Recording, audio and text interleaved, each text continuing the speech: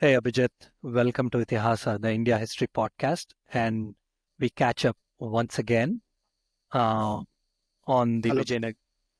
hello. Thank you. Well, Yes, it's great to be back. yes. So I think we should. This episode will be on the events that led to the Vijayanagara Civil War.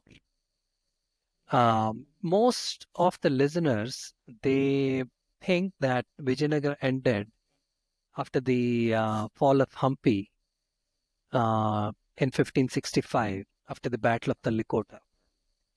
And for any seasoned Vijayanagara buff or student of Vijayanagara would know that that is far from the truth. Vijayanagara survived almost 80 years after the Likota. And I talk about what happens after that in many of the episodes that are in the season so far. And here we come to one uh, crucial and underappreciated figure. We always keep talking about Sri Krishnadevaraya, but not many people know about Venkatapati Raya II. So he's the one who actually takes Vijayanagara back to its glory, to the height. Venkatapati Raya is one such amazing figure who basically restores the territorial boundaries that were all lost during Tallikota. Not many people know this. And he's the one who, on par with the Sri Krishnadevaraya, ends up keeping the feuding sultanates once again in check. But and he's also known as somebody who's a great administrator, but he's had his own weaknesses. So now so it's the reason why I'm actually going about this is just to give listeners a good context as to um, the importance of Venkatapati and some background on him, so that we can look at the events that transpired to lead to the civil war and into the eventual implosion of Vijayanagara Empire. So that is where we are going to start. And yeah, do you have any thoughts on No, I think Venkatapati as such? no. I mean, you're right in the sense like he was a great king. He came in at a time when Vijayanagara needed a great king, and he probably faced the greatest challenges of any ruler during the time of Vijayanagara. So yeah, I think his it was a 30-year rule, right? So his 30-year rule was a stabilizing influence on Vijayanagara, especially for the Aravidu dynasty. And like you said, the time after his rule is what we're going to discuss, and we'll realize why his role is so pivotal in the history of Vijayanagara. Yes, yes. It's almost, yeah. I think it's something close to 30 years. Yes, absolutely. He plays a very pivotal role and is highly, like I said, underappreciated. Though he had his own flaws, just like Krishnadevaraya had, or his own predecessors. Like every other ruler, they have their own flaws, even though they're later, the future generations might treat them as flawless human beings, but they were humans nevertheless. So I think let's start on the deathbed of Venkatapidaraya. So on the deathbed, as Venkatapidaraya realizes that he's nearing his end, he basically asks his younger nephew to take the throne and then bear the crown, Sri Ranga. And the interesting thing is, there was one another nephew too. I think it is his name is, I think, is it Tirumala or Venkata, right? One of his other nephew, who was much more capable, talented, and he had a great standing among the nobility or the political factions that are there uh, in Vijayanagara itself. But the really surprising thing is, for some reason, Venkatapati Raya prefers the younger nephew over the much more abler one. And this is something that I have never understood, probably because there's not much sources on um, the reasons, are no source I could find documented or recorded as to reasons why Venkatapati Raya fell out, um, had this fallout with this elder nephew. And we know that the sources whatever are there, they talk about Venkatapati Raya basically sending the elder nephew away on a less important position somewhere far away from the court. That way, he loses his influence and prestige, and in the eyes of the nobility, he's been demoted for all practical reasons. And so this is one aspect that I never understood why. The- Just yeah, just a question probably arises in my mind. right. What happened to the elder nephew actually? We don't know that. The elder, from at least from my the last four episodes that I done on Venkatapati, the mini season. In that, I remember when I was researching for those episodes, all I was able to understand or gather was um, that this elder nephew just basically, he's never later spoken about. I don't know if he died or was he just no longer important. He was exiled, but all I know is that he was sent sort of a soft exile away from the court. To Uh, where? Do we know exactly? No. we don't know that. We don't know that. They don't say exile per se. I'm using it more from a metaphorical standpoint, as in demotion, right? We don't know that. So that's one aspect. I see where a small rupture appears, because up until then, all the factions in the court uh, sort of unanimously supported this elder nephew, but now um, there were kind of disagreements that cropped up when Venkatapati basically, as soon as he forces Sri Ranga to assume the crown, because most of them knew that Sri Ranga was not actually a great or able administrator or a ruler. He didn't have the proclivity to take the burden of such a heavy responsibility.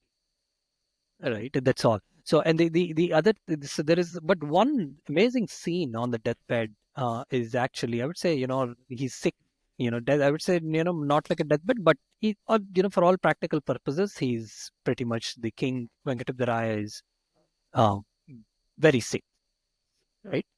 And his end is near.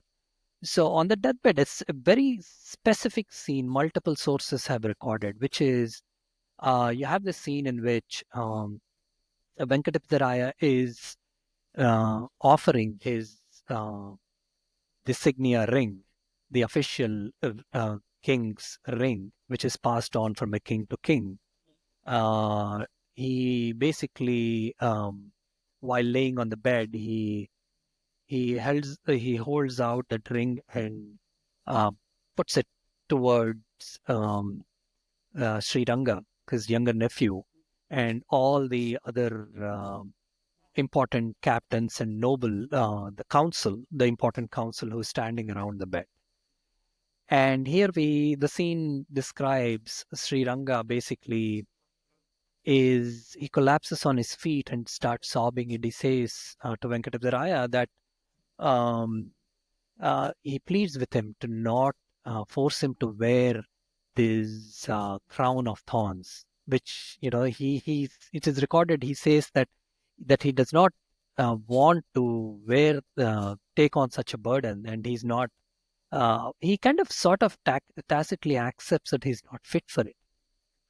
That is actually really interesting. Um, Sri Ranga saying that I kind of appreciate his honesty, but then there is but probably also some might say it also reeks of weakness when you're coming from such an illustrious, lineage. But that's up for debate. But uh, it's so he Venkatapati Raya forces the captains and the nobility and the ministers around him to make them force for Sri Ranga to take the crown and take the ring. And ultimately, he takes it, and that's how Sri Ranga actually gets onto the throne. And the interesting thing here is Venkatapati Raya's favorite wife had a son, but Venkatapati Raya never considered that supposed heir as his son. The reason being, it's not that Venkatapati Raya hated his son or had some. He was a little child, hated his son or anything, but um, there is a backstory to it. It's a big scandal. So Venkatapati never had for some reason didn't have wasn't able to have a successful boy son, and there was the pressures building up too. The king needs the heir Yep. son. So Venkatapati Raya was taking on additional wives too, right? And I think his favorite wife felt um, pretty much jealous and in pressure because she realized if one of the other queens gives birth to a son, then her position basically weakens, obviously. So she schemes with a supposedly uh, one of her assistants or helpers who happens to be someone from a Brahmin family, and um, she basically takes a newborn child of of her assistant or the maid, and they recreate kind of a situation where they fake that she gives birth to the baby. Right? It's implied that this queen put on an elaborate uh, facade or a drama over a period to show that she was pregnant, and then this baby is no, it's the midwives and all of them, they collude probably, and they show this baby as the official the son or the crown prince. Yeah. So for me, this story is very interesting. But the thing Yeah. is, my only question is it accurate or is it just propaganda? Well, yes. Because it's just that what we can see in history, right? There is fair bit of propaganda that Yes. runs through a lot of these stories. And for me, Right.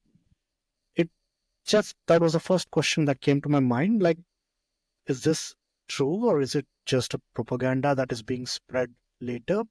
Yes. And from what I understand, the queen's brother was Chagga Devaraya. Yes. Yes. And he himself had a significant political influence in the court, just for the reason he is the brother-in-law, right? Of the king. He and his family had a lot of influence. So yes, I totally understand. Even when I read it, it seemed like straight out of some movie, Yep. right? I totally agree. But we have two sources recording the same thing. Now we don't know if that was part of uh, the chroniclers themselves have been told this made up story and they've just put it in writing, and now that becomes official record. Yep. It's highly plausible, right? But we do know that there was this controversial son that was there, and we do also it's also recorded that the the king's behavior was used to be very strange around the son, in the sense that Venkatapati Raya used to uh, treat him uh, in a way that was not fit uh, for a crown prince, that was a blood heir. He always kind of, it is shown that it is kind of written that most of the nobility too kind of were able to sense that there is something wrong with the way Venkataraya is treating. It does not add up. So, uh, it, so it seems like there was a small undercurrent of rumors that were at that time prevalent uh, in the corridors of power, and murmuring about this boy not being the actual son of Venkatapati, and this is a result of some sort of scheming that had happened, just so that Jaggaraya and his sister could actually maintain their position in the court and keep that influence. Probably that motive is there, right? So here we have a motive now. We have a motive. We have a character, this boy, and now that how that boy came to be in the drama, now that yes, probably it's probably is made up too. I I don't know. I don't know. I have to be honest to say, I can only, I was only able to add few things together. I could see a motive. Okay, there is a possibility. There is this character. It is undeniable. Is this, they're talking about this, it's called Chikkaraya, right? He used to call it Chikkaraya, and there's a lot of references about this Chikkaraya, and then suddenly the Chikkaraya disappears soon. So Chikka basically means younger. That's it. Younger, yes, yes, yes. So Yeah. we have that now. When you in now that we have that background, you can see how important Jaggaraya's and his sister, the queen, the favorite queen's situation is, and also how precarious it is. The same. So, and this is at this point where I think at his deathbed, when he asks the nephew instead of this Chikkaraya to assume the throne, I think that kind of says a lot too. Um, is it because Chikkaraya, well, some might say because Chikkaraya is actually still young? He thought Sri Ranga might be better, or maybe he had soft corner for Sri Ranga, I right? mean, there is a precedence for that actually. And Yeah. if you look at the Vijayanagara history, Right. you have Veera Narasimha appointing his younger brother as the king, even though we Yes. know that Veera Narasimha had a son. Yes. Similarly, Krishnadevaraya appointing his younger brother Achyutaraya as the king, Yes. even though we know that he had a very Yeah. young son and using whom, at least for the initial years, Ramaraya tried to assert influence. Yes. And once his younger son dies, that's when Sadashirava Raya gets into the play. Yes. There's a So, precedent. You're right.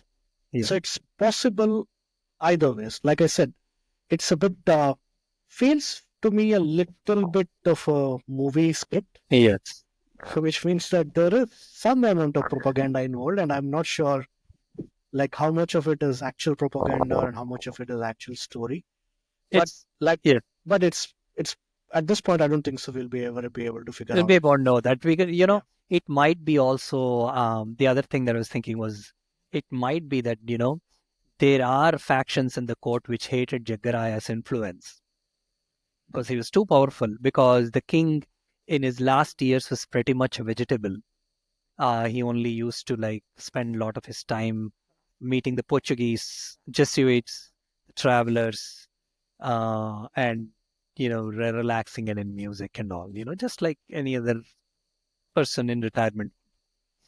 So at that point, Jagraya was kind of the de facto, I would say, sort of a regent who was running the administration, and his courtier and the wife also wielded pretty, the queen also wielded pretty influence, because there are some records of the queen's influence where she's trying to exert influence on Venkatapati and setting some sort of policies on how the Portuguese should be dealt with, right?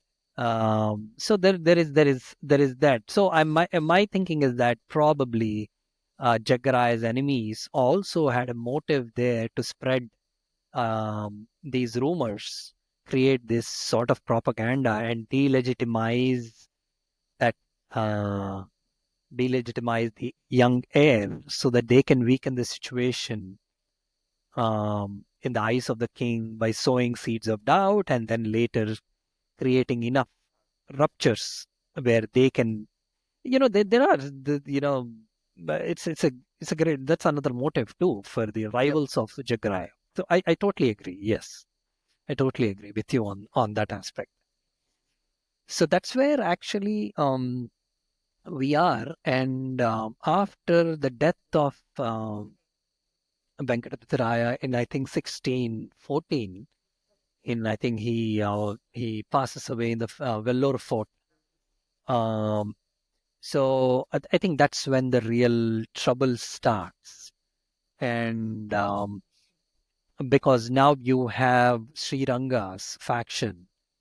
Um, we know Sri Ranga is not a real force to be really reckoned with. He's not a forceful character, unlike his uncle or his predecessors like Sri Krishnadevaraya or Ali Ramaraya. Right? He didn't exert that sort of power and influence, is my understanding, which made it easy for Jagraya's faction to once again start um, fighting for the cause of the young prince, to put him back on the throne by destabilizing Sriranga. So that's one point that I kind of wanted to. So that kind of sets the tone of where basically how precarious it was. I mean, there is clearly trouble brewing at that point where the factions are now being created. But I think the crucial breaking point came when Jaggaraya faction decides to take things into their hands and uh, put Sri Ranga and his family in prison. And that's when actually, even then, I would say Jaggaraya had considerable support. But I think the real blunder he does is when there are other factions who are, I would say, let's call it as royalist factions, uh, who had a lot of sympathy and respect for Sri Ranga, and also who didn't want to break the tradition of raising the banner against a legitimate king who was crowned by a popular king like or emperor like Venkatapati. So there is factions. One of the factions, I think, the rival factions, they basically get together. They create a confederation, I guess, sort of, and they decide to free Sri Ranga from secretly from the prison. I think this is where the plot of freeing Sri Ranga comes out. It gets out to Jagaraya, and here I think that's the blunder he does is he basically decides to eliminate the threat itself, right? And I think this is the blunder where it does, because regicide as such is pretty much seen as a heinous crime even today by our standards too. Right? We have many kings still and monarchies in name across the world, but you don't see people actually, going and throwing out the kings and killing them. There's this certain decorum and respect for tradition. I think the blunder here the Jagarai's faction does is um, they basically decide to um, eliminate. I think the family of Sriranga too, if I'm not wrong. You can correct me on that. I think so. So I think they kill Sriranga and his family, Yes, and I think only his son escapes. yes, Srirangas. I think his second son. Uh, his second son is I think smuggled out somehow. But I think Sriranga and his wife and I think his other son. I think he had two sons, if I'm not wrong. Um, again, I need to double check, but either way, the point is that Sriranga is basically eliminated. And Uh, and for me, what was interesting about this entire thing is Mhm. we actually have so almost similar incident occurring during the time of after the death of Achyutaraya. So if you go back in history, you'll find that Achyutaraya's young son Venkata first and ascends the throne, right. and his what do you call his uncle, which is Salakaraju Chinna Tirumala. Yes. He Yes. basically goes around and then kills the young king and the entire king's family, and Ramaraya basically raises a banner of revolt with a huge coalition to put back Sadashiraya onto the throne. So it almost feels like history is repeating itself. Yes. Yes. I think that's interesting point because there's something about Vijayanagara where you see some patterns repeating. Yeah, it's Um, it's it's, it's a bit weird that pretty much this is exactly what happens. This was the reason why how Ramaraya comes to power. I mean yes. the way Ramaraya comes to power is mainly because of Salakaraju Chinna Tirumala's bid to send the throne.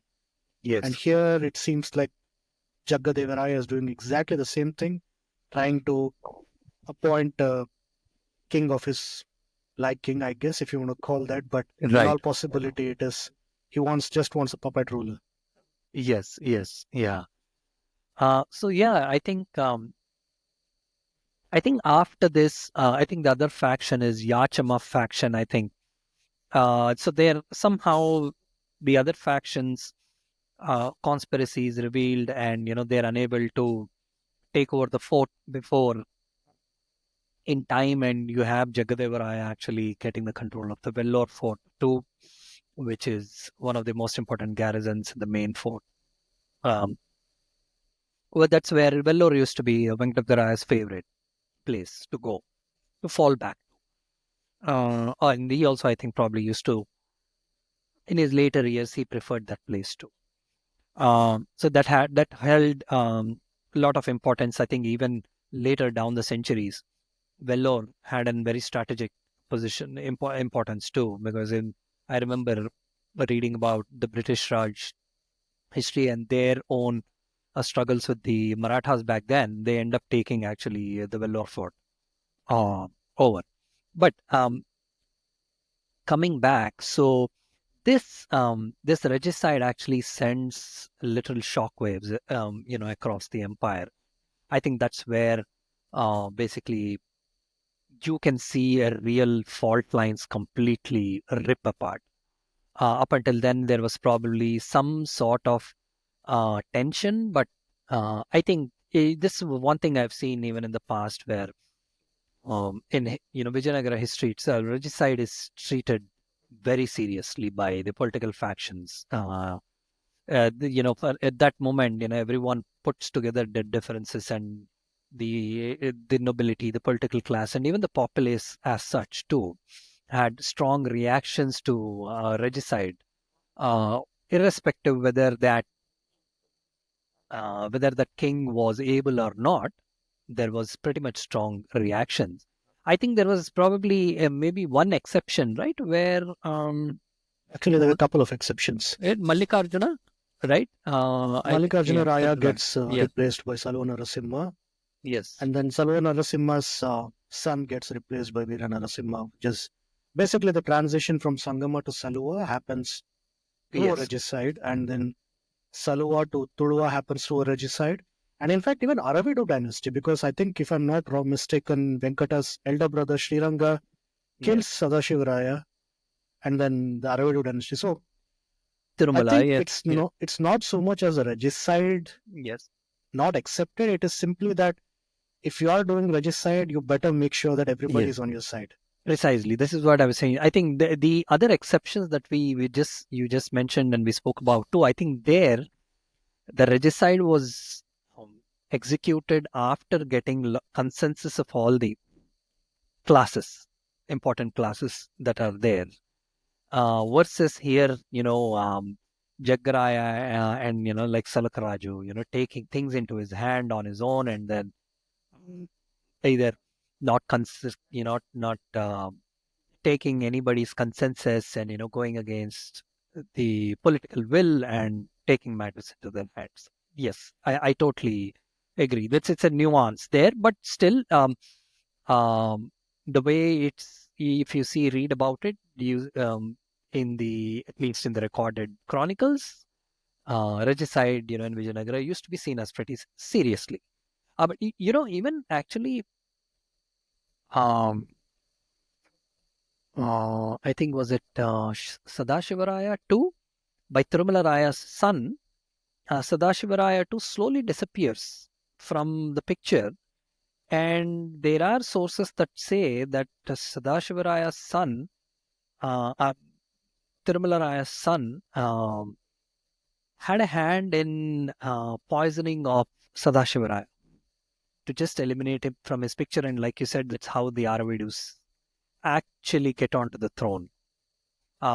Which is because Tirumala Raya, if I remember right, for a long time he doesn't, uh, even though de facto he was ruling after the fall of Alikota and all, when he takes over from his dead brother, the figurehead, Sadashivaraya, used to be given importance up until the last years of Tirumala Raya. Yeah. Yes, that is true. So I think as we discussed, it's all nuances that Yes. regicide is frowned upon unless you're able to actually pull it off properly. Yeah. So Yeah. yeah. Keep So in this everyone case, happy. Jaggaraya wasn't able to pull it off properly because there were uh, big factions who were against his action. And Absolutely. if you see, I think this is where you can see the result of, I wouldn't say Ramaraya per se, but then the result of this entire Nayakara system. Oh, that is something I think we need to discuss with the Nayakara system. As I was doing some research, I went through a Absolutely. different rabbit hole.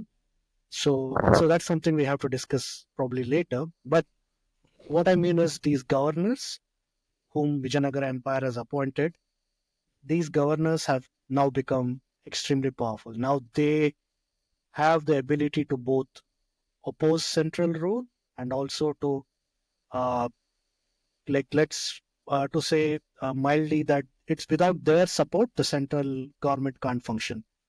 And I think I'm not sure what are the other weaknesses of Venkataraya, but I think this probably was one of the biggest weakness in the sense like he in his whole time he never tried to reform the system because Yes. as much as I could read about his role and the history, what happened during his time, there were significant number of revolts Yes. all throughout the empire, and then it was pretty much revolts happening like on at clockwork.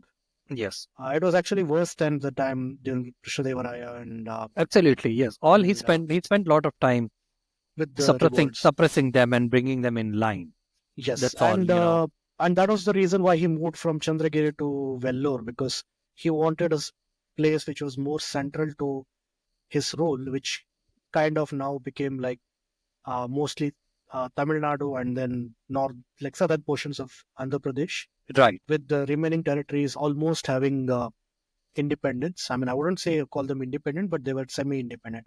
Like Right. for example, I know that the Wadayars, which is the Mysore kings, they were pretty much uh, Wow. playing around with Venkata even during Venkata's rule because they were also not truly loyal to the Vijayanagara by then. And further away from the coastal Karnataka, you pretty much know now by now that the kings were now making deals with Bijapur for so safety. So the Vijayanagara Empire as such had already started to uh, weaken significantly, and Right. Venkatapati Raya was an extremely talented guy, so he managed to hold it in line. But anybody who came after him would have struggled simply because the system that was required to hold or manage such a massive empire had completely been demolished over the So period. what do you think? What do you think would have maybe prolonged that system, or how how Venkatapati Raya or his successors, if they had attempted? I'm just hypothetically I'm asking, just so that our listeners can understand what the system is, what happened to it, and what could have done. Right? If we can briefly talk about it, that would be awesome. Right? Right. So I think the system we keep talking about is the Amaranayaka system or the Right. Nayakara system. Now, when I started this research and everything, so I was under the impression that the Nayakara system was a little bit similar to the Ikta system, which is the Delhi system of Sultanate, revenue farming, Mhm. or Mansabdari system. You can call it as, I would say Mansabdari system which is because the Mughals used it. Yeah. correct. Mansabdari system comes a bit later and there are some differences between it. So simply put, the term is, Ikta is just to give context to the listeners, is which the Delhi Sultanate used yeah, to use. basically it started during the caliphates. I think Yes. the Abbasid, no, wait, I think it's the Umayyad caliphates who started this. Uh-huh. I mean, I could be wrong. It's either Umayyad or Abbasid. Basically, the Ikta started from there and then it's spread throughout the Muslim ruled countries. So Nayakara was considered to be similar to Ikta system in the sense like you have a local uh, strongman who was appointed. He was allowed to collect the revenue of some portion of the land, and in return, he had to maintain soldiers. Right. Now, this was what even I had assumed with respect to the Nayakara system. But recently, at least a few days back, at least when I was doing some research, I came across an interesting paper. It's in Shodh Ganga. Shodh Ganga is, for people who don't know, it's basically a research thesis that is submitted in Indian universities. Yes. So I forgot the name of the gentleman who wrote it, and I'm sorry for that because I was That's fine. We can just later going. put it in the Yeah, links. Yeah. yeah. Yeah. So he basically examines the system, the Nayakara system, and he tries to explain exactly how what it was and how various historians have analyzed it. And then from what I understand is the Nayakara system, the Amaram system. So the way it worked was there was an Amaram. Amaram was basically a right to collect revenue from a piece of land. Well, usually it was villages, but let's say a piece of land. So it was a village that was donated in lieu of that person's contribution to the state. So what it meant is, say, I'll just give a example to a listener with the modern terms. So if I work for the Indian government and I am a tahsildar, I'm working in the like village, All right. and as a tahsildar, what I need is the government pays me money. That's my Yeah. salary. But in the this time, which is like at least the Vijayanagara time, what happened was cash salaries, at least for government officials, well, or these kind of officials was not common. So instead, what they used to do was they used to allow you to collect revenue from lands that were specifically designated as amaram. So which is basically, so you were allowed to collect cash in lieu of your service. Right. So basically, you can say that it's a right to tax that particular thing which Yes. you can take. Yes. Now, here, this is where the interesting thing happens. So now, when you do this, the assumption is you're maintaining soldiers, and that was the only type of amaram. But from what I understood is that's not the only type of amaram. So the amaram just meant was ability to collect tax in lieu of your service to the state. Now, it doesn't have to be maintaining soldiers. It could be you are just a government official and you are basically serving as, say, village headman. So even as Right. a village headman, you were able to collect revenue and you would be given some kind of amaram or something and you could collect that.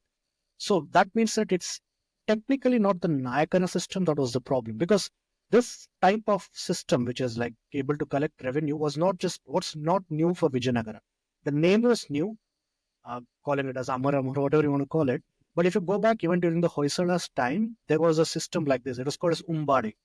So what Umbali was pretty similar to this. The senior rule, like even the what do you call it, the administrators and everybody, they were allowed to Right. collect taxes and Right. in return for this service to the state.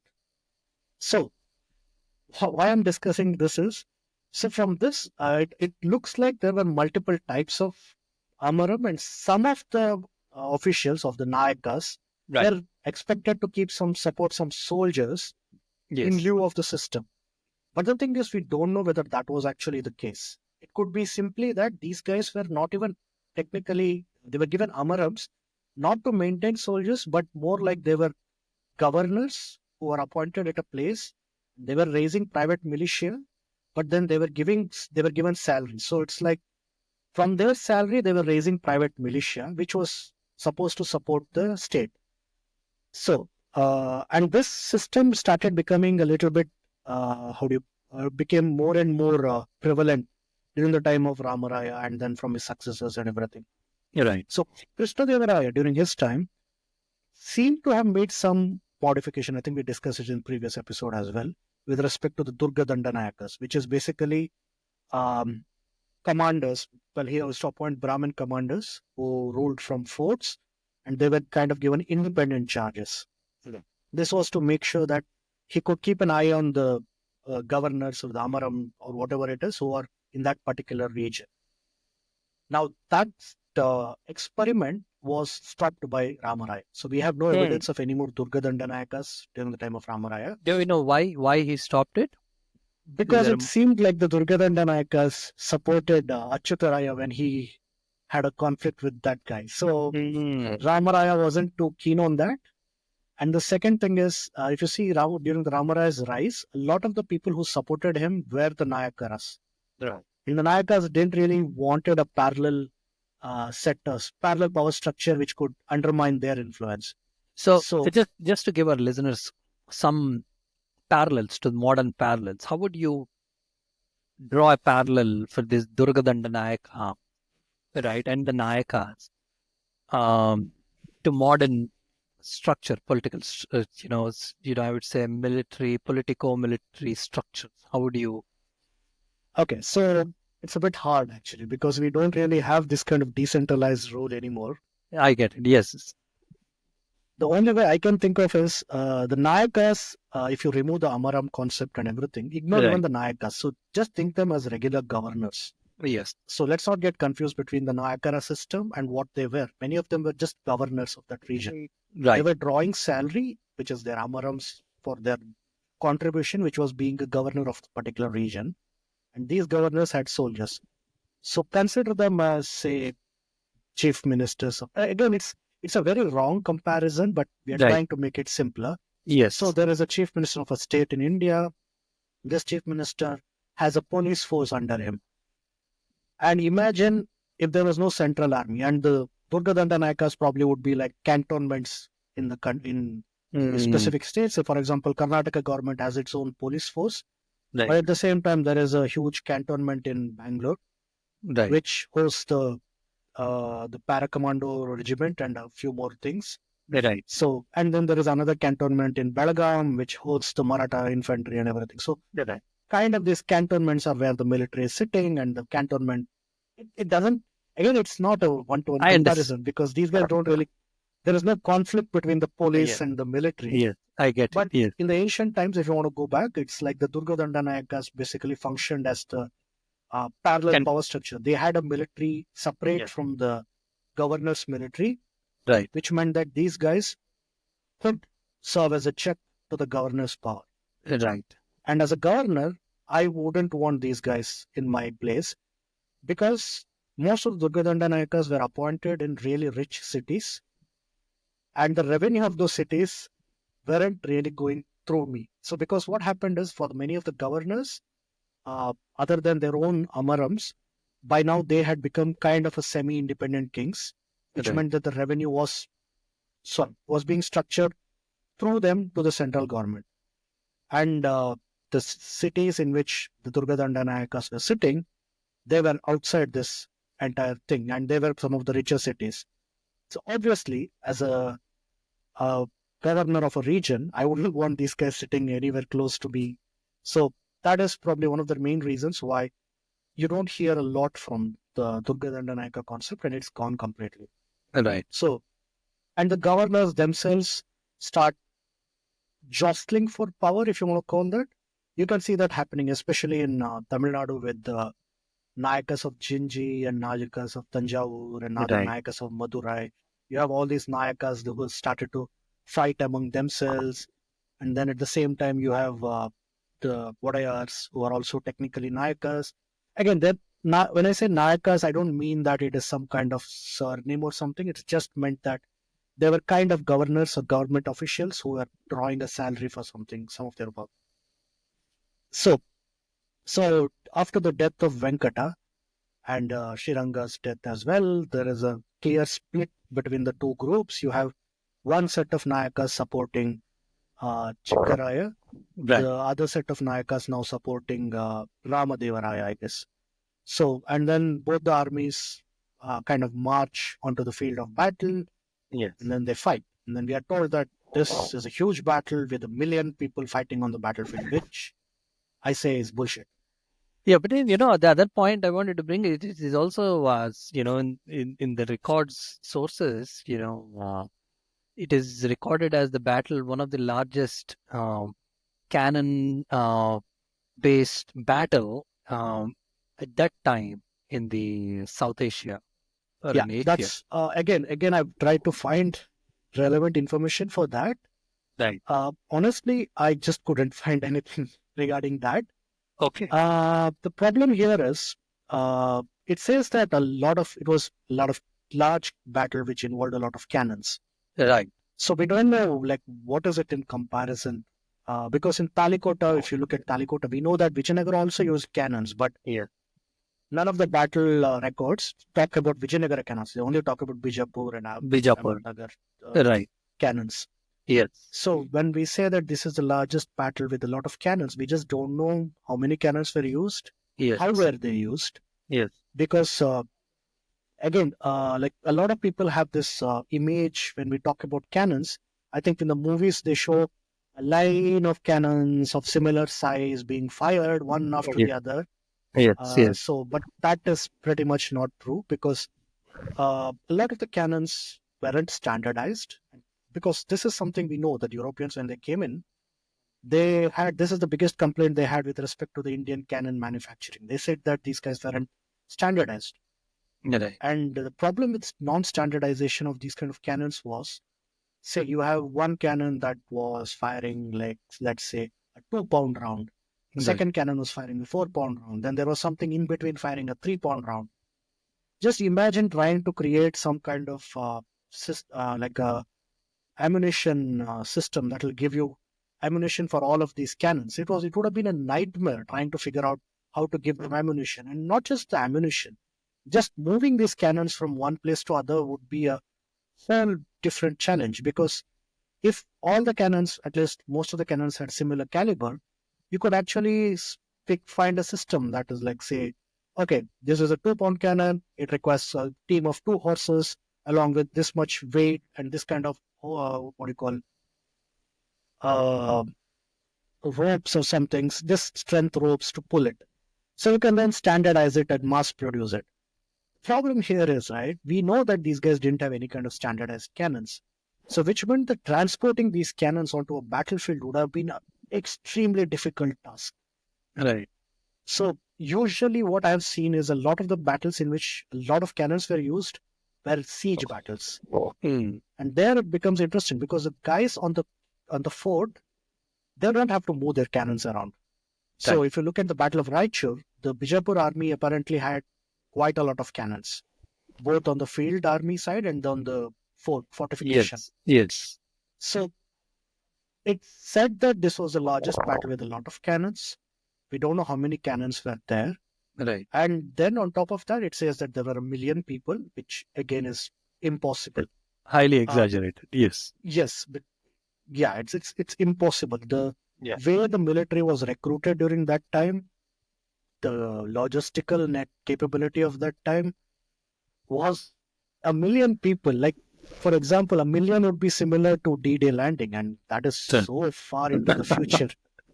We had we have trains, we have got huge ships that can carry steel ships. We have Aircrafts, got yes. like something as what do we call as we have got canning, the technology. People don't appreciate how important canning is for Yes. food storage, Right. because like in Dried, olden days when there was no canning, when you can't store and safely freeze-dried food. transport food, how Yes. do you think people would eat? How would these soldiers eat? I mean, this is Yes. these are human beings. They would require like a lot of food. Like I think there's somebody has done the caloric counting. I think it's around 6 to 8,000 kilocalories. That is what is a fighting man or a active man is requires. So that's quite a lot of food that you need, Yes. food and water. So you have anywhere from probably a kg of food and then another 4 or 5 kgs of water. So Wow. that's a lot of food, lot of water. So you can just take that and multiply. A million people means 1 million kgs of, so 1 million kgs of food, 5 million kgs. So basically six I to think seven, I think at that seven. time, the population of the Vijayanagara capital itself, I don't think it was a million. So No, none yeah, of the probably cities were a million. yes, So yeah, yeah, right. I mean, even the entire Vijayanagara's population was, at least during the Arabidu time, wasn't more than 12 million. Yes. So mobilizing a million people to One fight on the tenth, battle. right? 1/10 of your Yeah. population. So not Yeah, just 1/10. The issue here is when they say 1 million people were on the battlefield, we are not told whether these million people were soldiers yes. or they were just, The there supply only a train. small portion of them were soldiers and everybody was supporting staff, And right, right. which The was supply. probably, which probably makes sense. Yeah. But then, even if they're just supporting soldiers, they'll still eat the same as soldiers. Probably they'll eat a little bit less, but it wouldn't be too less. It's just not possible for ancient armies or medieval armies to support such large numbers Right. of people. So it's highly improbable. So, and also when we're talking about the system, the governors and everything, right? We can understand, right? Like how this, and this is not just unique to Vijayanagara. It was similar for quite a long time in the Indian history.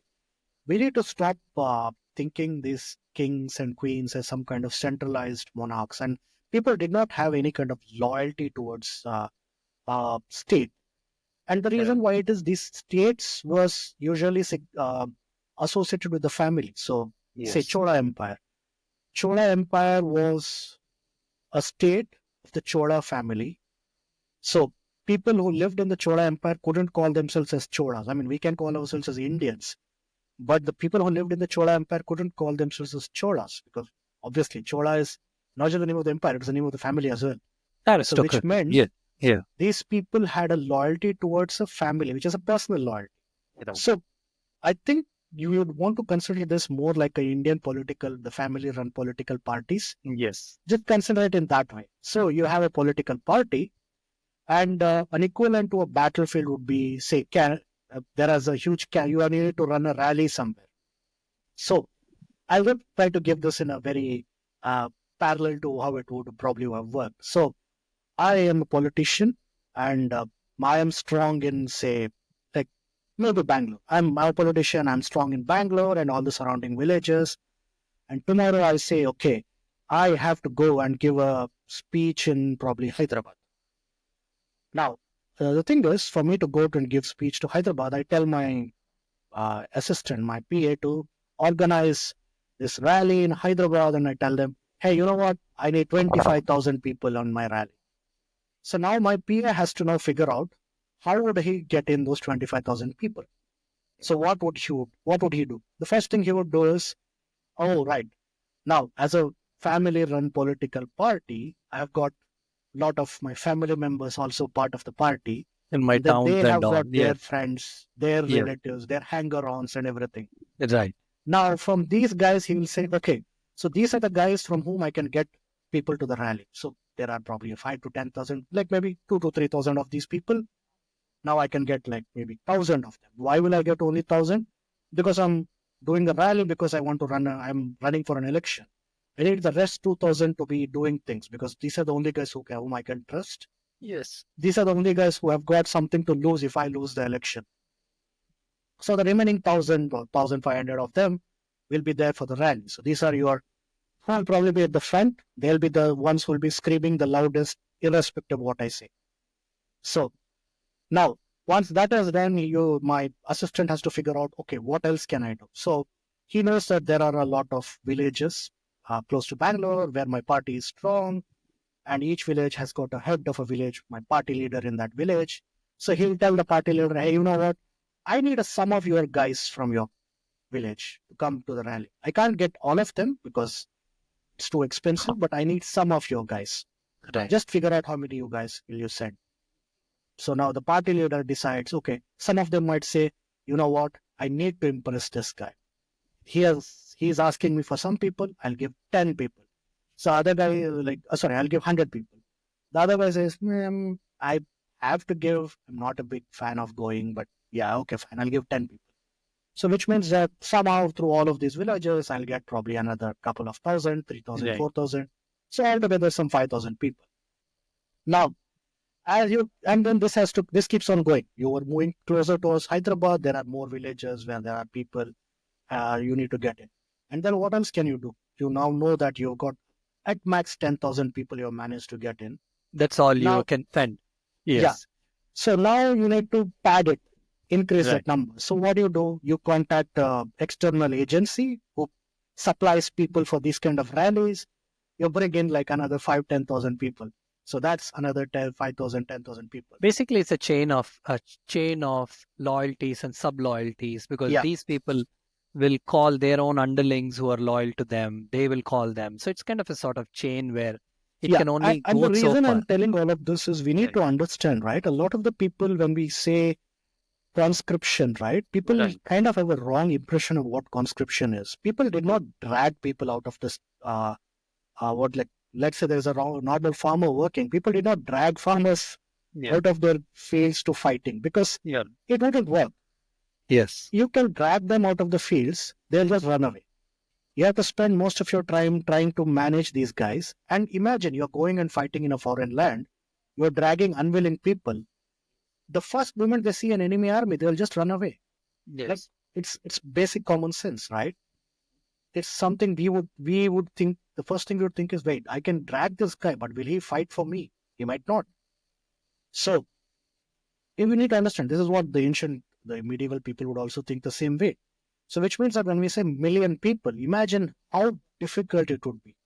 It's virtually impossible because the armies were much, much, much, much smaller than it's like you said, it was all interconnected through personal loyalties and everything. Yes. So that is why the numbers were probably not even 1/10, it was like 1/20th. So when they say a million people, maybe 100,000 people on the battlefield, but actual fighters would be 30, 40,000 or maybe Yes. 50,000. Understood. And Understood. that is how the battle would have happened. So by this time, I think cannons had started coming into the Vijayanagara army as well, and matchlocks. We know Yeah. that they used matchlocks. A lot of matchlocks was used by Vijayanagara Empire. So I Also the, feel the that Portuguese guns, the arquebuses, and yeah. arquebuses. Yeah. Right, arquebuses. So it's basically when I say matchlock, it's just the way the guns were designed. So a Yeah. matchlock would have a burning match Yes. at the gun, and then it'll just fall in. It'll light the uh, powder, and the bullet is fired. A flintlock basically doesn't have a burning match. It has got a flint.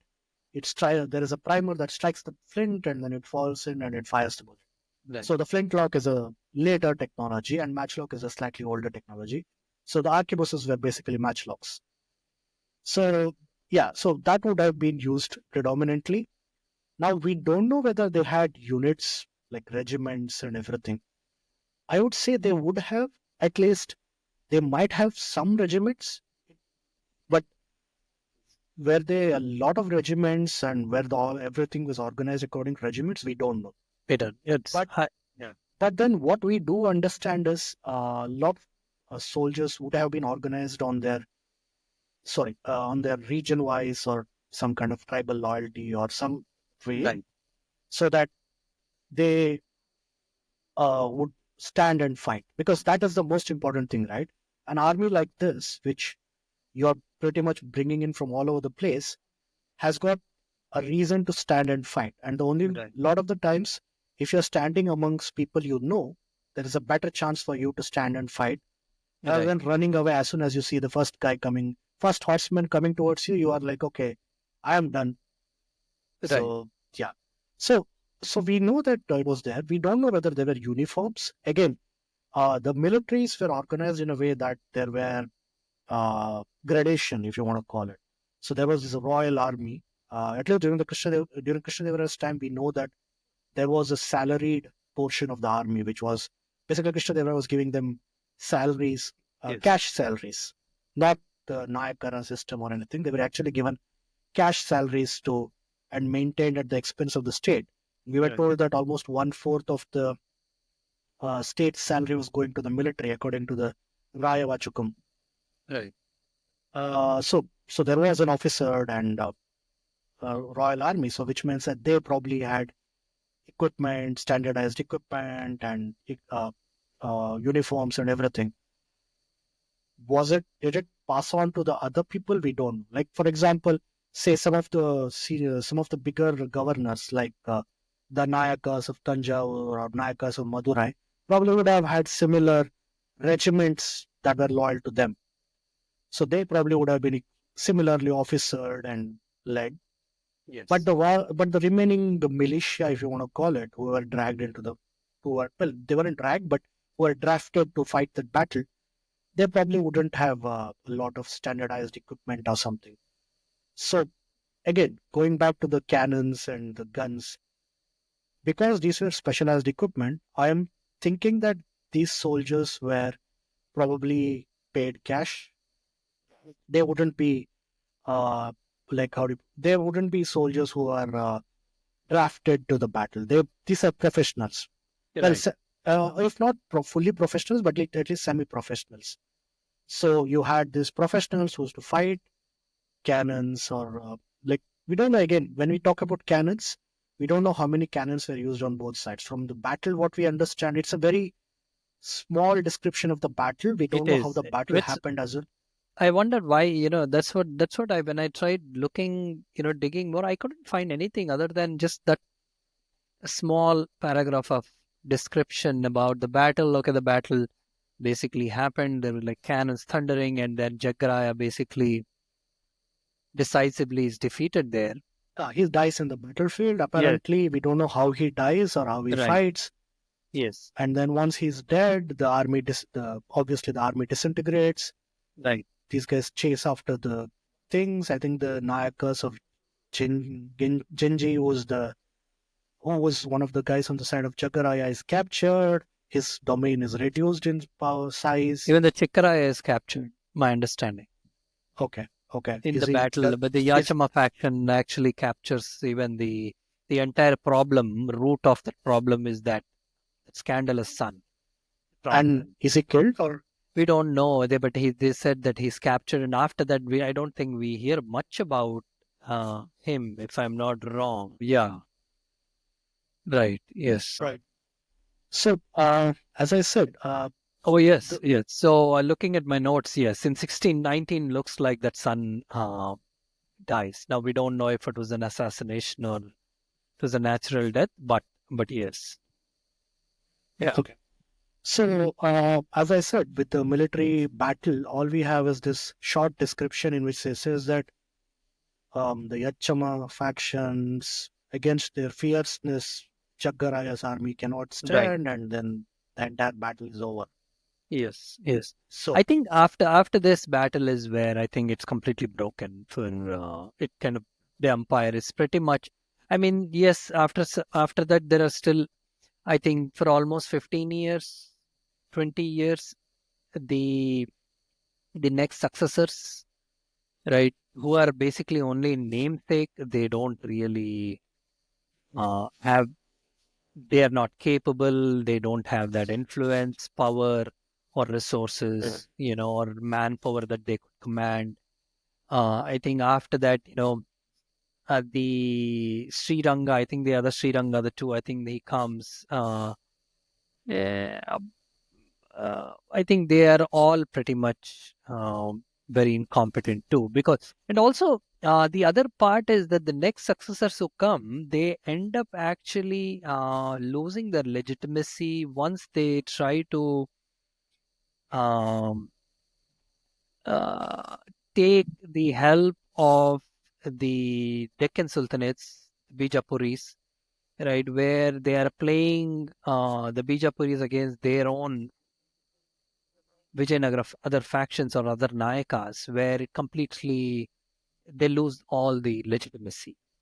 Correct. Uh, is what happens because by the after that this we know, right, by the time of Shivaji raising his banner, the entire south was almost being captured by almost up Mm. until that, if not the entire up until tip, but Nayakas held the ground, the broken up Nayakas, the Mm. various confederation of Nayakas were holding up until a point, but most of the Vijayanagara territory was taken up by the Bijapuris.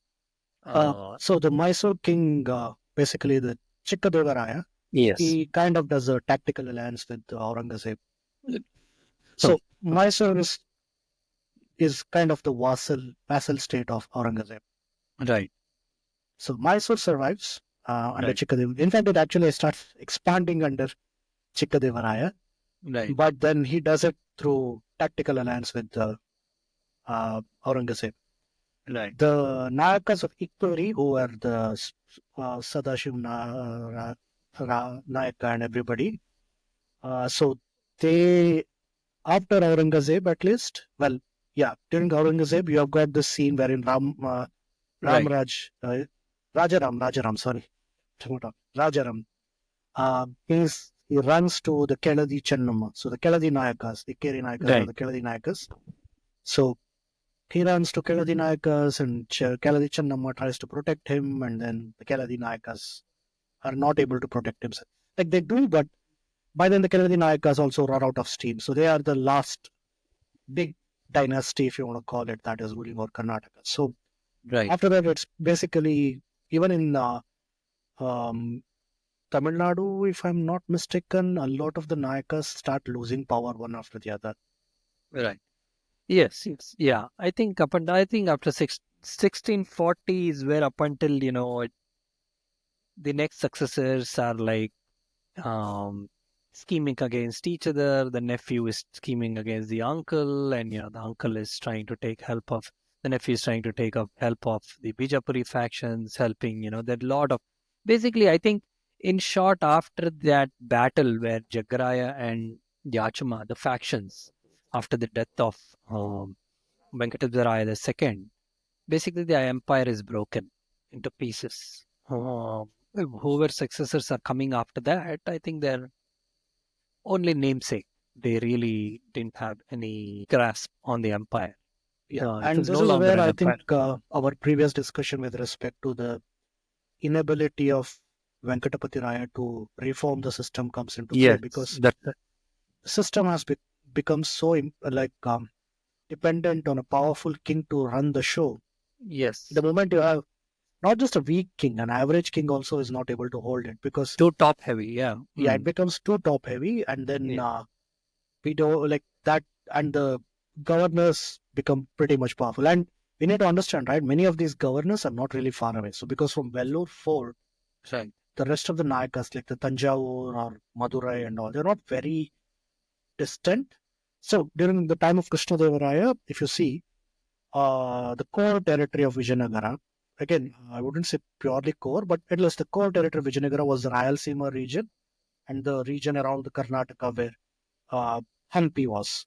right, Now, this region, the kings had a very strong hold. We have no evidence that there were a lot of problems with respect to the, um, I mean, there weren't any Nayakas ruling over this region, and that is, but then most of the problems they had was from Tamil Nadu, which is pretty far off. So they had right. difficulty extracting revenues from the Tamil lands.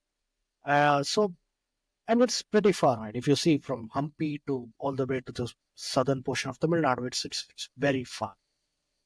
That's not the case with respect to Aravidu dynasty, especially after Venkata, because Vellore is, if I think it's in Tamil Nadu. So Vellore is in Tamil Nadu. It's in North Tamil Nadu. Or it's the border of Andhra and Tamil Nadu, I think. Yeah, So from there to the regions that they're controlling is pretty close, and they're still not able to exert any influence. And for me, the biggest thing was there were governors somewhere this close to the capital, because even if you go back in history, like even all of the kings, Kakatayas, Yadavas, Hoysalas, Cholas, Pandyas, everybody, they had what they used to call as a core region. And the core region, all the kings tried to ensure that the core regions was fairly large, and this core region wasn't really subdivided in a in a way that with a lot of subordinate dynasties or something. Rather, these core regions were ruled by very strongly from the center. I mean, there were Right. probably administrators who were ruling over these regions, but they did not have the same kind of power and as the administrators who were ruling further up. But with respect to Vijayanagara, especially after Venkata, you can see that happening. In fact, even during Venkata's rule, you can see that the revolt of the governors who are ruling over at least the northern portion or even Tamil Nadu, and these are significant revolts. So these guys are able to generate significant amount of resources and materials to do the revolt, which to me says that the central authority had weakened significantly, Yes. and probably Venkatapati Raya's capability as a king kind of hid these weaknesses. But the moment you removed him, you quickly see how weak the entire structure had become, with the subordinate kings becoming powerful. And the battle kind of put a final end to the story, if you want to call it. Yes, that's a final nail in the coffin, actually, I would say, for Vijayanagara. It's a what the fact that it was able to survive up until then, after Tallikota, after such a, serious defeat on the field, is in itself actually, I would say, testament to the political ability and, to an extent, the resilience of Vijayanagara's polity itself.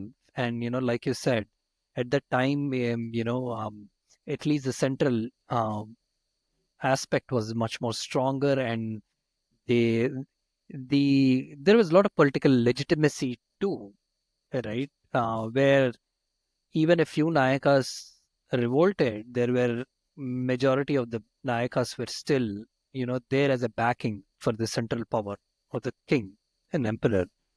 But I think, but still, the desecration of Hampi as such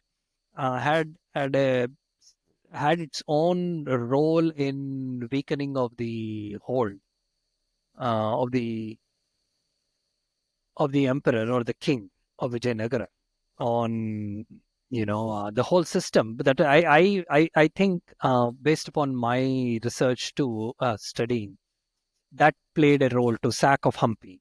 It played a role in diluting some of the legitimacy of the emperor or the hold over Nayakas, because now Nayakas had a serious point that they could raise themselves, to point fingers at the whatever dynasty was there at that point, to say, hey, look, they couldn't hold a sacred place like Hampi.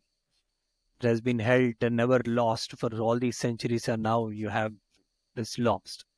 So that after that, there are some, I think Nilakanta Shastri too talks about, even Henry Harris also talks, I think, in his Aravidu dynasty book, how Tallikota played a role in weakening of that central structure too.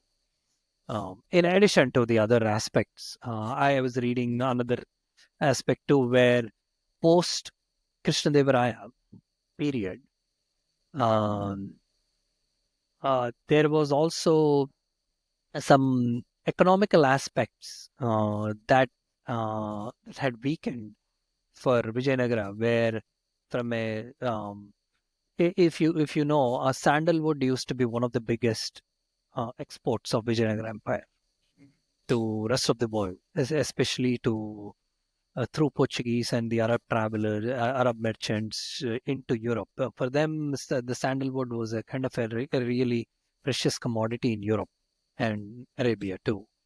And one this paper I was reading in the same Shodh Ganga, I think I got this paper on JSTOR, jstor.org. Just to rep. Yeah, it's a beautiful.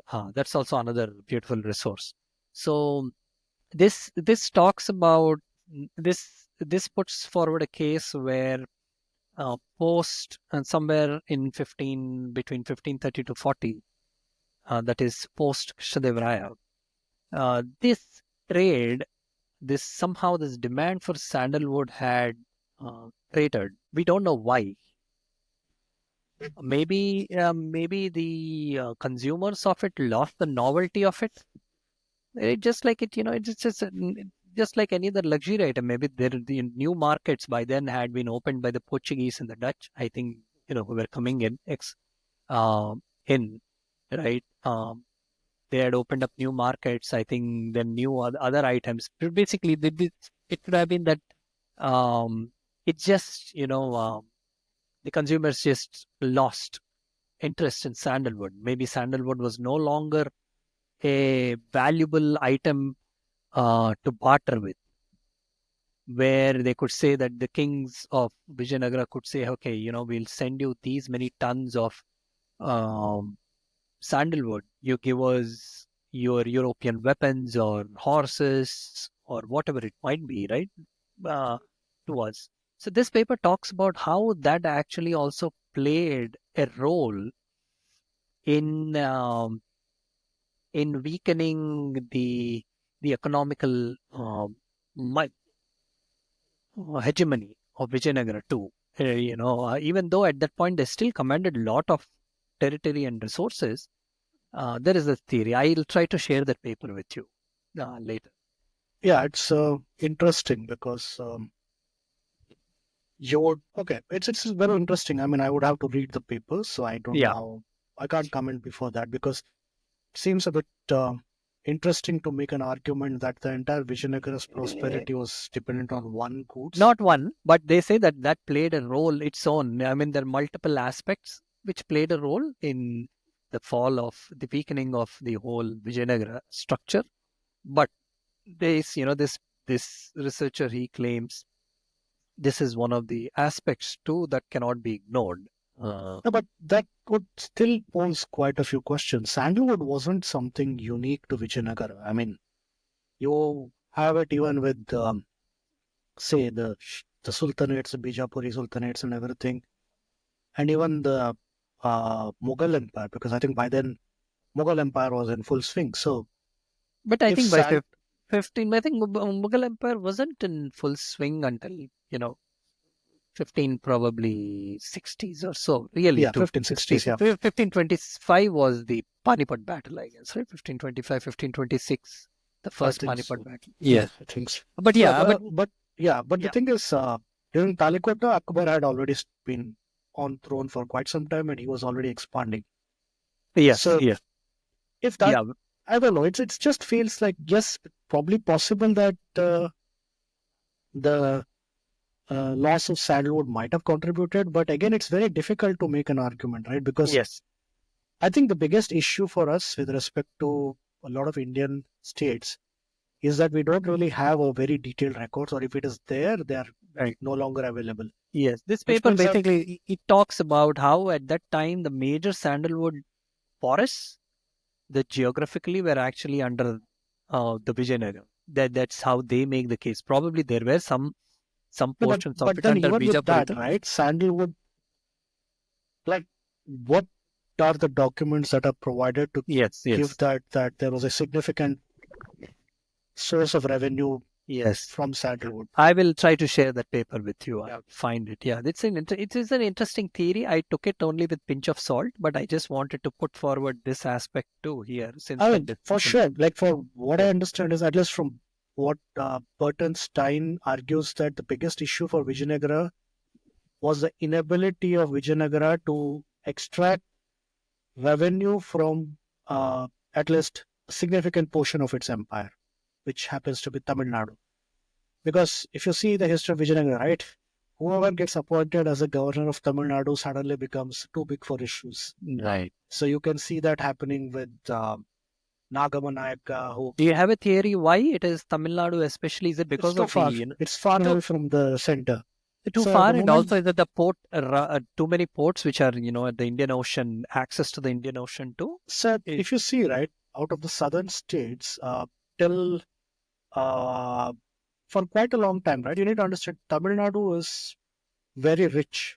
both in resources and manpower.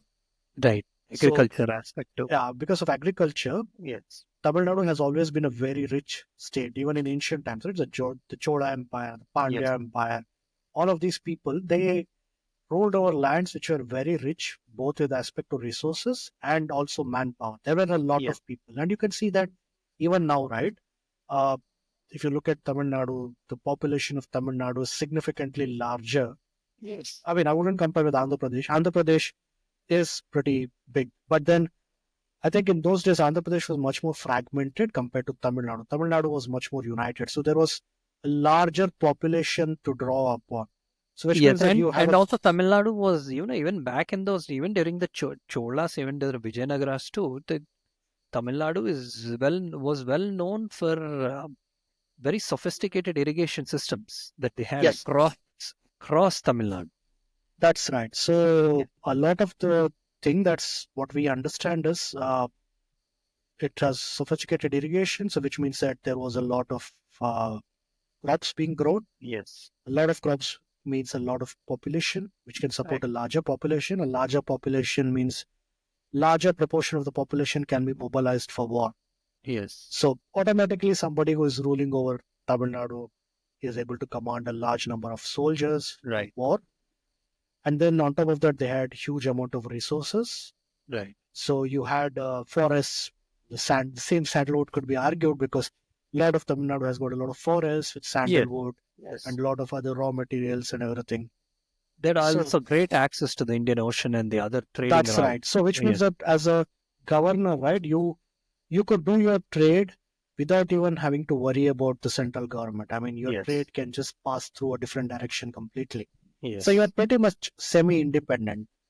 So and then you the distance was the biggest advantage that they had because like on the map it looks very small. You need to understand from Bangalore to say Tanjavur, it's uh, it's like I think 800. I can just Google it right now. So I don't want to get it wrong. Uh, Is it it's 1,000 kilometers? 800? roughly 400 kilometers. Oh well, it's 400 kilometers, but we Oh, need to understand, right? The 400 kilometers is on modern road. right. The roads in the Back ancient then. times wouldn't be so. They wouldn't be able to drive so quickly or towards Yes. this thing. Yeah. It So would have taken weeks, probably. Yeah. yeah, weeks. At least for an army, it would have taken longer. So Yes. which means that these people who were ruling from those regions were kind of almost semi-independent. And you see that happening quite often, right? The Nayakas of Tanjavur and Madurai, these are the guys who are causing the biggest trouble to Vijayanagara later during the time as well, because Yes. they are the ones who are far away from the center, away from all the problems that is happening in Vijayanagara, and Right. they can do whatever they want. So pretty much that is one main reason why I think uh, uh, geographical distance and access to both resources, manpower and Yes. manpower, this pretty much caused them to. Yeah, because Uh, if you think that's a good point, because anyone who is in the central as far as Hampi is concerned, Hampi was kind of in the center of the map. And it's well recorded that anything coming in and out of Hampi, whether it's produce or supply or anything, Hampi used to be a consumer heavy economy. Right. The city as such, it used to consume a lot more than it could export. It's very yes, rarely it could export, and it was all landlocked for Hampi as such. that's right. Most of the supplies used to come only through the land. That's From right. the ports they had to be shipped overland, and it used to take days. And that's why Yeah, it said that whatever was being sold in Hampi also used to be comparatively expensive. yeah, yeah. It makes sense. Obviously, it's you can see that happening even now. Yes, yes, In a lot of cities in interior to India, bigger cities, it's more expensive than probably yes, relatively more expensive than smaller cities and villages and everything. right. So that's the case. So at least according to me, that was one of the major reasons that Vijayanagara could never truly exploit that region because it was far away, and every time they appointed someone, it, they rose into revolt. And you see that Right. happening with Nagamanayaka, then Selvappa, and then you follow that up with the Nayakas of Madurai, Nayakas of Jinji, Nayakas of How could have Tanjore. that been reformed, though? Now that what, how could have that been reformed in where the central authority could have gotten more control, or What do you call, how do you put it? That's the interesting thing, right? Vijayanagara actually tried to do that. Compared to a lot of other states, if you see the Digvijayas, as used to call them, right? So states that used to attack those regions, what they used to do was just defeat the king, convince him to pay some tribute and move back. Vijayanagara did not do that. They literally appointed their own people onto the place. So the Nayakas, the Madurai Nayakas, and all of these people, they are not native to that region.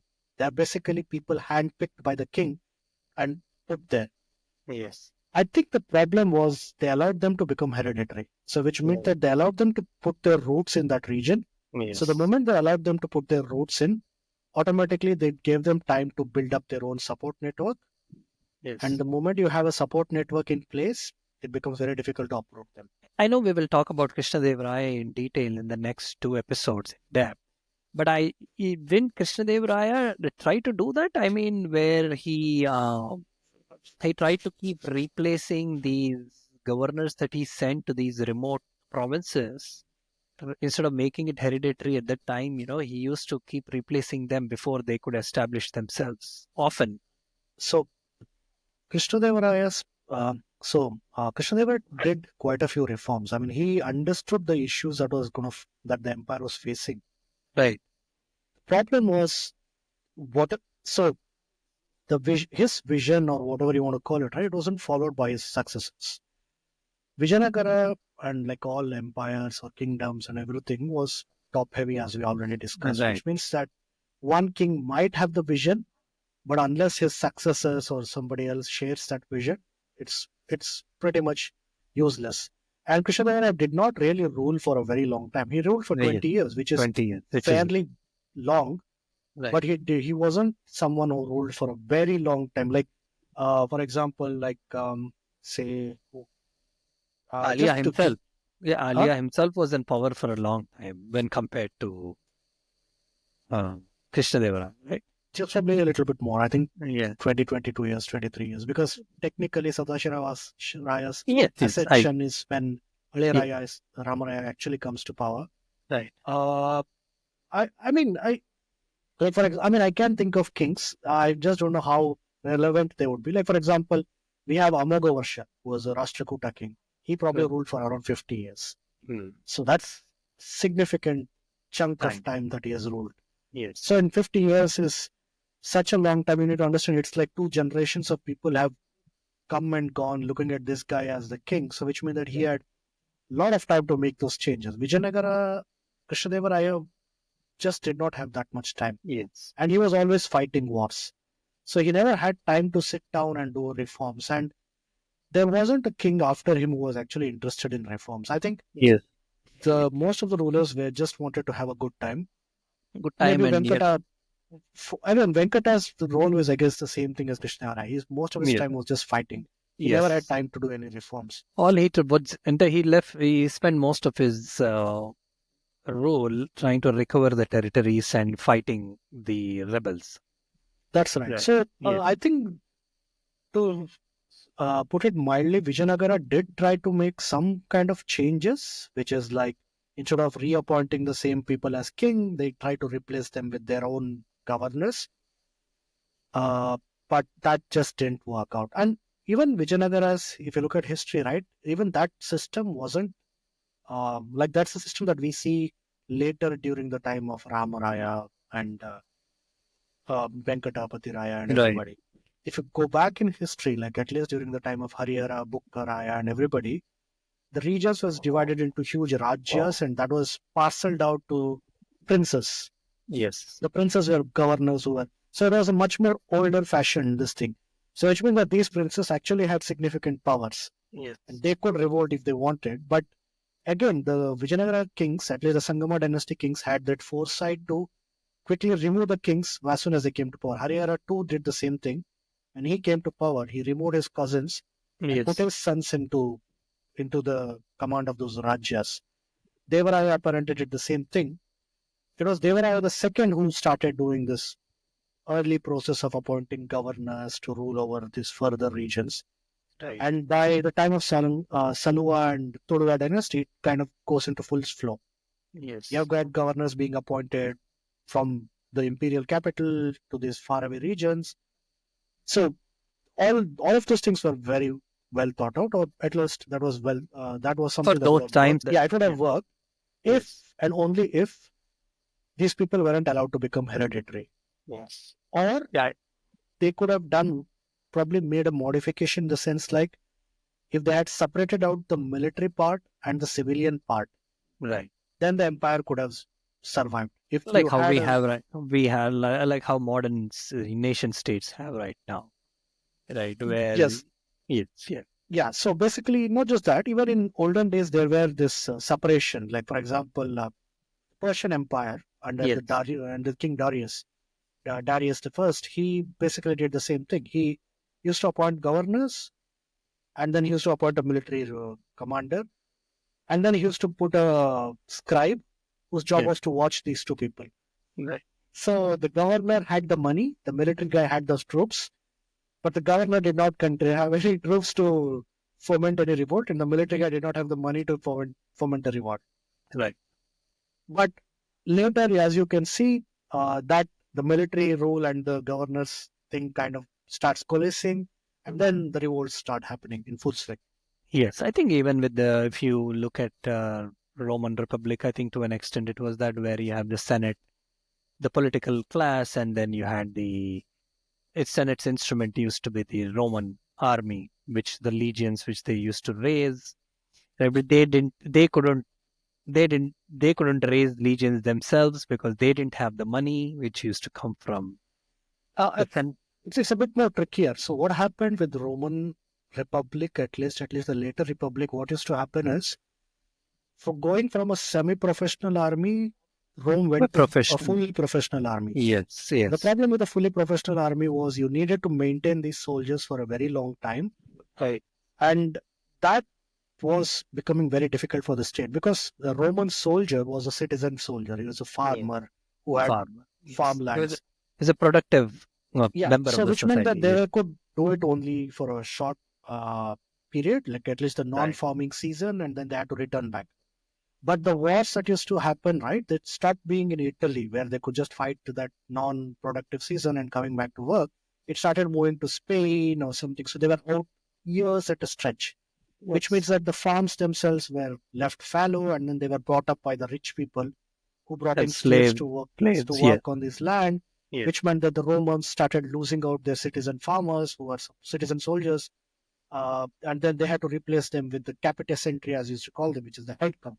Yes. And the head count were basically jobless people, poor people who suddenly you give them a job, and once you give them a job, obviously you can't just throw them to the street because a lot of the Roman senators thought that's what they were planning to do. They would just take Right. these guys in, throw them to the street. But a lot of the Roman generals did not agree with that because they saw that it's a way for them to rise up in power and everything. Which is why during the later Republic you can see a lot of Roman senators slash generals using their soldiers as their personal armies. You got Exactly. Yes. Yeah. Marius, you got Crassus. Sulla, Yes. Yes. The people. Caesar, Pompey, Right. everybody. Right. So that's Whoever had why the entire lot of Roman Republic. money, who were especially the rich ones like Crassus, who used to raise their own legions. And yes, yes, Everybody did absolutely. that. Even Pompey Yeah, did that. I mean, the Roman system is very much more interesting in the sense like, it is. so once you go there, I think it will go into a whole different thing. The, the, Thankfully, but the interesting thing is that it was able to survive so much longer, right? Normally, the average, if you look at the average empires or the kingdom, they used to have an average lifespan of, close to 250 years to the max 300. mm, 350 years, right? But then I think Rome is one exception where you could see it continually kept evolving and adapting much successfully, and it was able to it almost had from a Roman kingdom to republic to kind of a monarchy and a kind of sort of empire, right? It's almost had a and then thousand. it continued into Yeah, Byzantine, which is Byzantine and actually technically still Roman Empire because they yes, never yes, call themselves Byzantine. We are calling them Byzantine. We Byzantine are to make calling it. the Holy Roman Empire, the Eastern and Western. Yes, No, no, it no, had no. a Holy Roman Empire was different. That came much later, but it was just right. the Eastern and Western Empire, and the Eastern Yes, Empire continued as the Roman Empire. right, right. No, I'm saying that it's even if you look up until there, right, up until the fall of what they call as Rome, where the classical period ended. It's almost 1500 years. And I think even if you don't discount that 500, that 1000 years, probably the only I don't know, is there anything on the planet that probably had a 1000 year successful, sort of successful lifespan? It's a real Well, I would exception. say, funnily enough, I wouldn't say it's an empire, Yeah. but the Japanese monarchy has lasted Oh, much yes. longer than that. Yes. That's a very interesting exception. Yes. Because Yes. it's funnily enough, it's not just a royal family as such; it's an institution. So Institution. yeah, Yes. Yes. But and yeah, I that's the mean, only way it could have survived. Something yeah, like that can only survive that way. Even Roman Empire, it wasn't a single family rule. It single was piece. Yeah. there are It's multiple an, kings. So that is where Vijayanagara would have been. If the yes. Aravedos wouldn't have messed it up so badly. Right. So Yeah. because what I thought was if Aravedos had managed to do some kind of proper administrative reforms or something, so there would be a fifth dynasty that would come in, replace Aravedos, and then they would continue as Vijayanagara. They would just, it wouldn't have mattered. The dynasty would Yeah. have kept on rolling. Yeah, And that, probably it would have survived at least until maybe 18th century, right? And then finally died, right? yeah, Yeah, yeah, yeah, I that's true. get it. Yeah, it would have at least had some more gas in its tank to just, I think it would maybe have struggled against the Mughals. right. Despite what a lot of people think, it would have Yes. struggled significantly against the Mughals Yeah. because, yeah, just the military probably wouldn't survive against military, Yeah. especially a Right. full-fledged battle between the Yes. like Which, under which Akbar. yes, we should talk about Mughals. It will come later, but yes. Yeah, But I think, yeah, I think here, I think maybe we can give a logical end to the episode.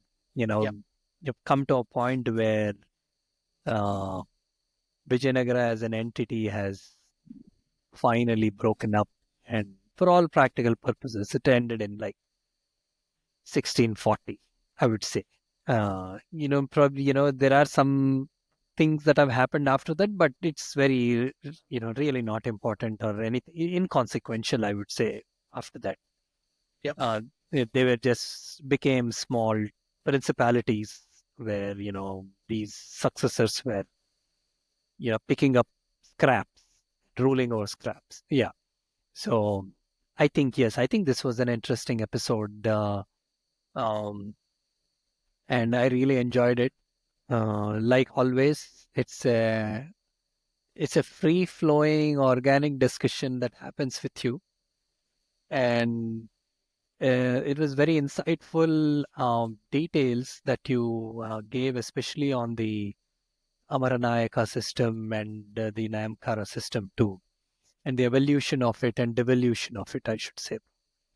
It's very interesting. I know I've done an episode on the Nayakara system, but I've never gone in depth like this from charting its evolution and its devolution. I think this Actually, was it it. is probably even more deeper, but I think we can discuss it in a different episode Yes, because, yes, as I said, there is newer information that is coming in, which is making you question a lot of things that even I interesting. assumed about the system. Interesting. Got it. Yes, I think we should. But the next two episodes I know are your forte, which is Krishnadevaraya. You've written, I think, a book on him and Two books, yeah. two books, right? Two books on him.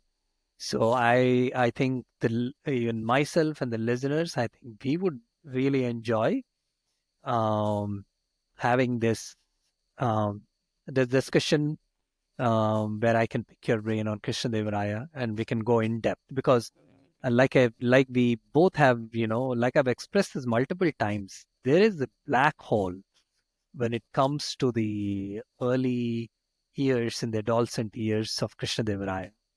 right? Most of the sources start directly him being placed on the throne, but people have no idea, uh, not much idea as to what he did when he was young, what was his life like, how was he born, his raising up, how did he really, if you put aside the sensational aspects of the court ice and Saluatimma and all of that, there, I would love to hear more realistic um, uh, journey, his arc.